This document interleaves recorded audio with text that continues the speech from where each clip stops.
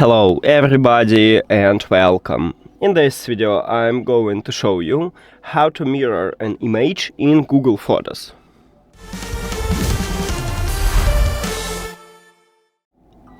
Firstly, I will show you how to do this on the iPhone, and then I will move to Android because it's different. So on the iPhone, we cannot mirror an image in Google Photos. Right now I have a new photo and I want to mirror this photo. I cannot do this using Google Photos, only in the gallery on the iPhone. So let's open it. Click at your image, then click at the edit icon at the bottom. Go to the crop, and at the left top we have icon to mirror an image. So click on it, then click done.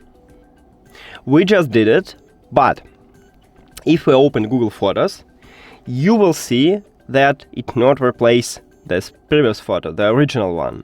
It just add the second photo. In the iPhone gallery we have only one. So if you want to, you can remove original photo. And that's it for the iPhone. Now let's move to Android.